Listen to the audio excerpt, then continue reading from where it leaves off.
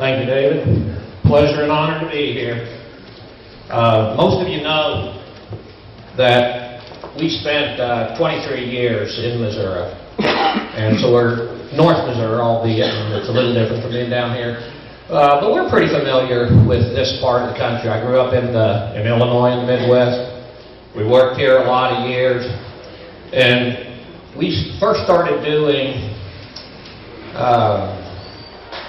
I don't know, what in those days people called intensive grazing. And we first started doing that in about 1982. Started building electric fences that year. There were a lot of different products at that time. I'm happy to say that they have improved over the years. I made a lot of mistakes early on in the way we built fence. Well, not so much in the way we built them, but maybe in where we put them.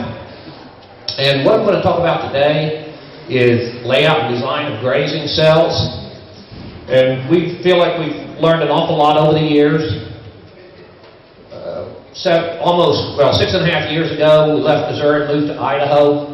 Started grazing under center pivots, which is you look at it, you think about it, you can say, wow, that's completely different from Missouri.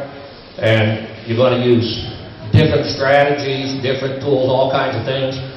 The principles are basically the same. The tools we use are essentially the same. So as we go through this, we're actually going to see some pictures and grazing cells from around the country, almost coast to coast, Texas to Canada. And there'll be certain underlying themes that are through all of those, because we're really about principles. And if you learn how to graze in one environment, one type of livestock, you can spread out and apply what you know on those things to any environment you move to, any types of livestock that you add to the program. So some of those basic starting points that I want to talk about is why do we divide pastures up in the first place? What's the reason for subdivision? And it's really to be able to have management control and maintain flexibility throughout the year. This is just a real short list of some of the things that we're trying to accomplish with grazing management, pasture rest and recovery, to keep more diversity in our pastures, keep them vigorous and healthy and productive. Quality control, being able to keep forage quality at the level we need for whatever type of livestock we're dealing with. Lactating dairy cows obviously have much higher nutritional requirements than a dry pregnant beef cow. And we use different management strategies to make sure we have the feed appropriate for them. Grazing efficiency in terms of how effectively do we use the landscape we have to work with. Is every acre, carrying its share? Is every part of the landscape being productive? Feed budgeting, all through this, I'll be doing commercials for things like my book, Kick the Hay Habit.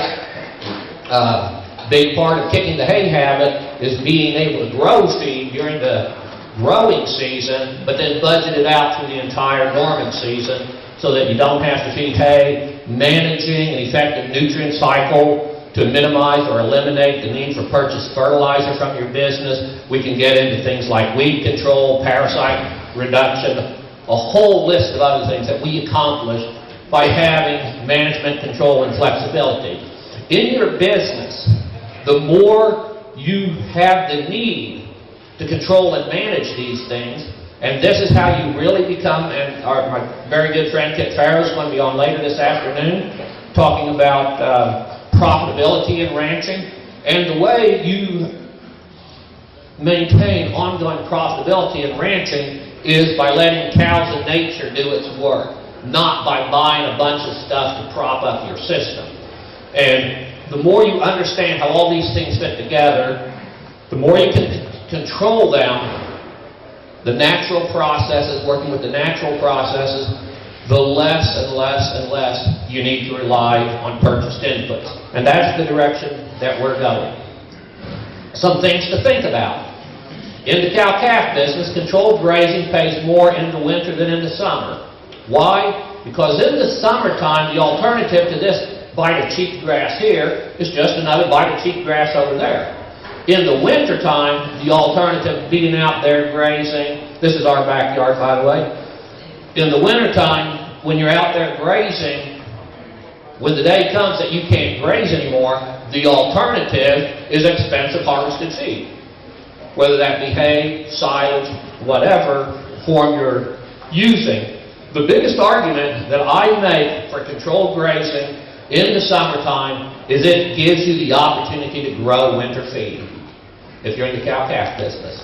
A huge part of our summer grazing management is geared towards growing winter feed so that we don't have to make hay and feed hay.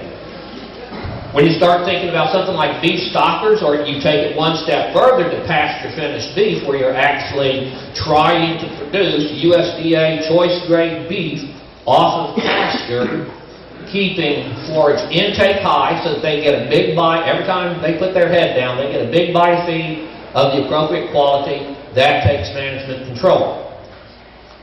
Shift over to the dairy business. I know when grass-based dairying started to come back in Wisconsin, kind of in the late 1980s, early 1990s, a lot of those guys were putting cattle on pasture for a week at a time.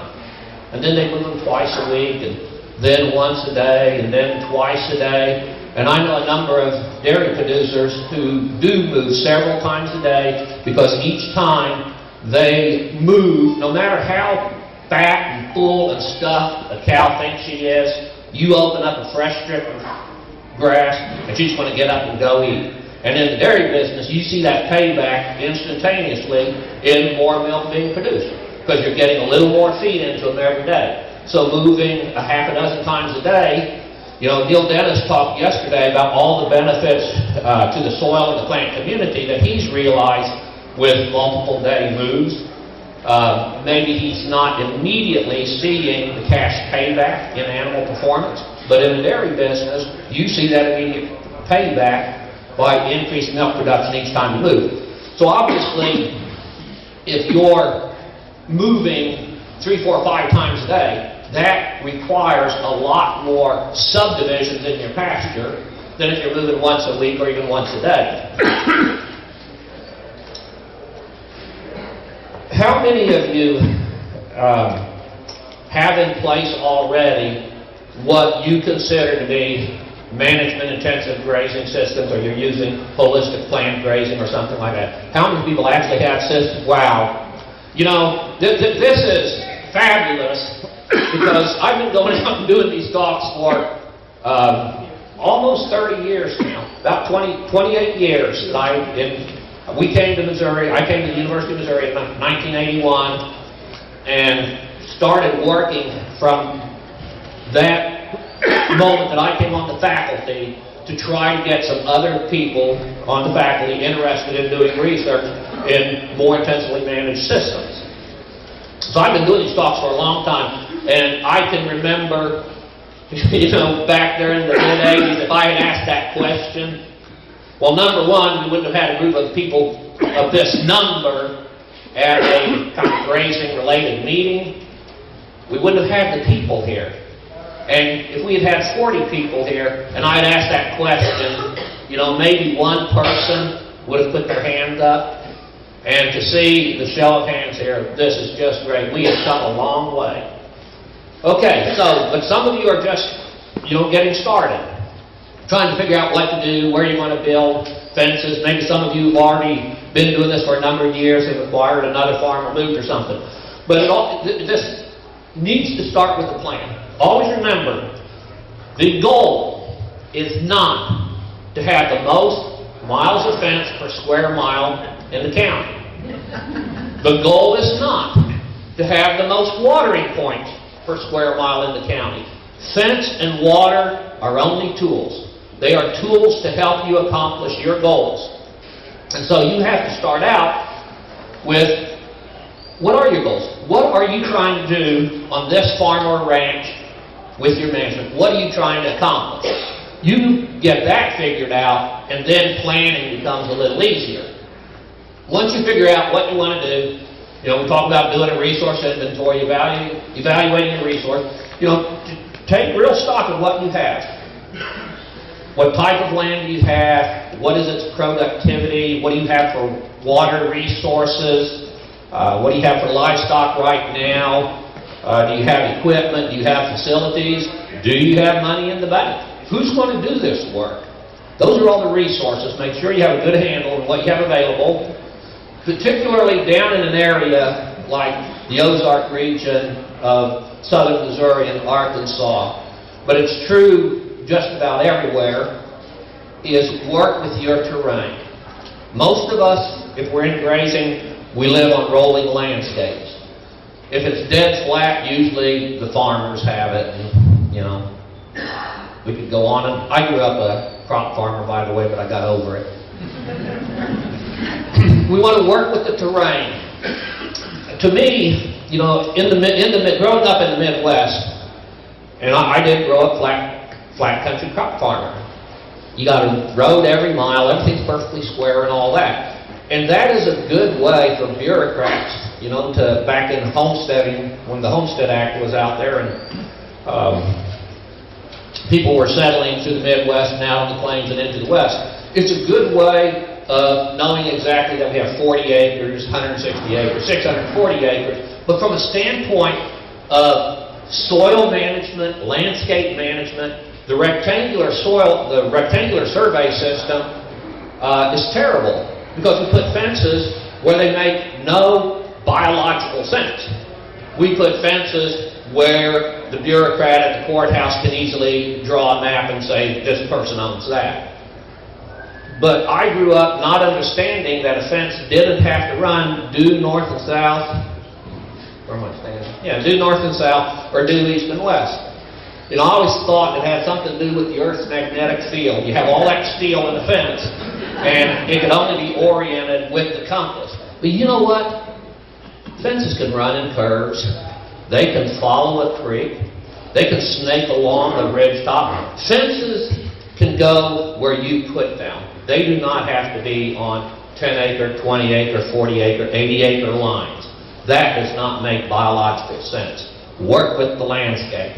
Now, obviously, I give this talk some places other than Missouri because they consider the irrigation interface. When we design systems for center pivots, for K-line irrigation, stuff like that, that's another layer of management that comes into the equation. We don't have to worry about that here. A lot of you probably wish you had it this summer. Plan several options. Don't just draw out one plan and say, oh, this looks fabulous, I'm going to do it. Draw out a plan and then go work for a couple of days. Come back, look at it, and think about, now, is that what I really want to do? Does that make sense? Look at a few different options and get something that you're pretty sure is going to work. Consider the costs and benefits. When we look at the cost of installing stock water or fences, things like that, always look at it in the context, okay, this is going to cost me $35 an acre. What else could I do for $35 an acre?